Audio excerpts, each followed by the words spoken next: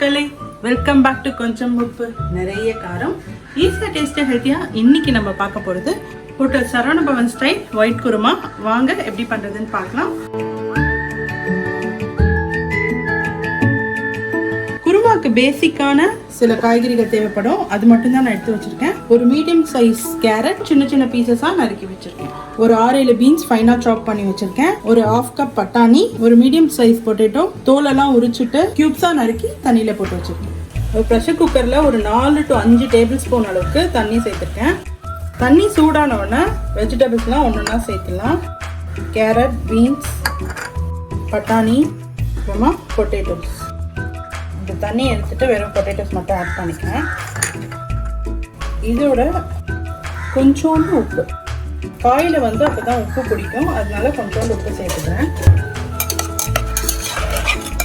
நல்லா கொடுத்துட்டு ப்ரெஷர் குக்கரில் ஒரே ஒரு விசில் வச்சு எடுத்துக்கலாம். காய் ஆல்மோஸ்ட் 80% குக் ஆனால் போதும். ஒரே ஒரு விசில் வச்சு நம்ம வேக வச்ச காய்கறி, தண்ணியும் நம்ம கரெக்டாக தான் ஊற்றணும். லைட்டாக தண்ணி இருக்குது, அது குருமாவில் சேர்த்து குக் பண்ணிடலாம். எல்லா காயுமே நல்லா வெந்துடுச்சு.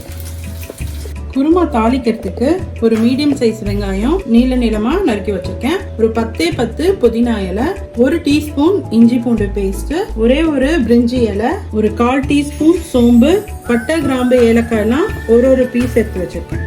1/4 மூடி தேங்காய், 1 டேபிள் ஸ்பூன் முந்திரி பருப்பு, உடச்ச முந்திரி பருப்புங்கிறதுனால இப்படி இருக்கு. ஒரு சின்ன துண்டு பட்டை, ஏலக்காய், கிராம்பு, 1/4 டீஸ்பூன் சோம்பு, 1 டீஸ்பூன் கசகசா பவுடர், 3 பச்சை மிளகாய். இது ஒரு மைல்டு ஸ்பைசியா இருக்கும், அதனால பச்சை மிளகாய் நான் கம்மியா தான் யூஸ் பண்றேன். முடிஞ்ச அளவுக்கு அந்த தேங்காயில இருக்கிற அந்த ப்ரௌன் கலரை எடுத்துட்டு நான் வச்சிருக்கேன். ஸோ அப்பதான் நம்ம குருமா ஒயிட் கலர்ல வரும்.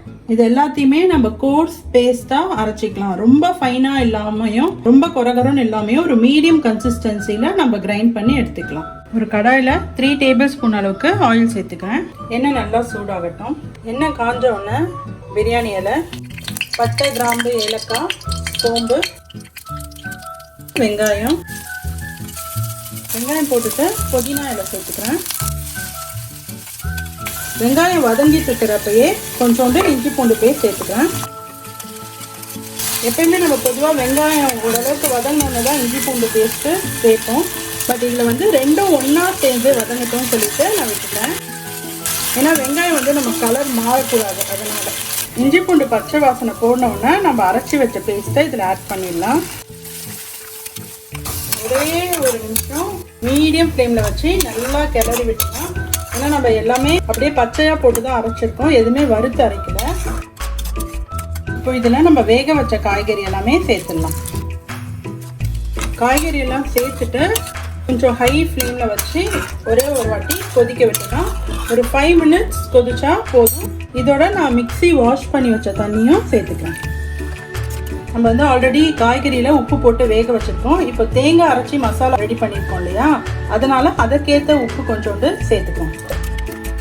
ரொம்ப ஈஸியான குருமா, டக்குன்னு பண்ணிடலாம். இது இட்லி, தோசை, பூரி, அது மட்டும் இல்லாமல் இடியாப்பம், ஆப்பத்துக்கெல்லாம் கூட ரொம்ப நல்லாயிருக்கும். ரொம்ப காரம் கம்மியான ஒரு மைல்டான குருமா இது. ஒரு 5 மினிட்ஸ் மட்டும் சிம்மிலேயே கொதிக்கட்டும்.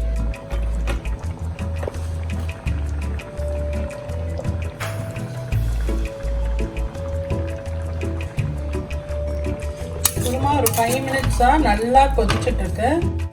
திக்னஸ் உங்கள் விருப்பம் தான். நான் இது பூரிக்கு பண்ணுறதுனால கொஞ்சம் திக்காகவே பண்ணுறேன். இப்போ கடைசியாக ஒரே ஒரு டேபிள் ஸ்பூன் பால் சேர்த்துக்கிறேன். பால் சேர்த்துட்டு கொதிக்க வேணாம், அடுப்பு ஆஃப் பண்ணிடலாம்.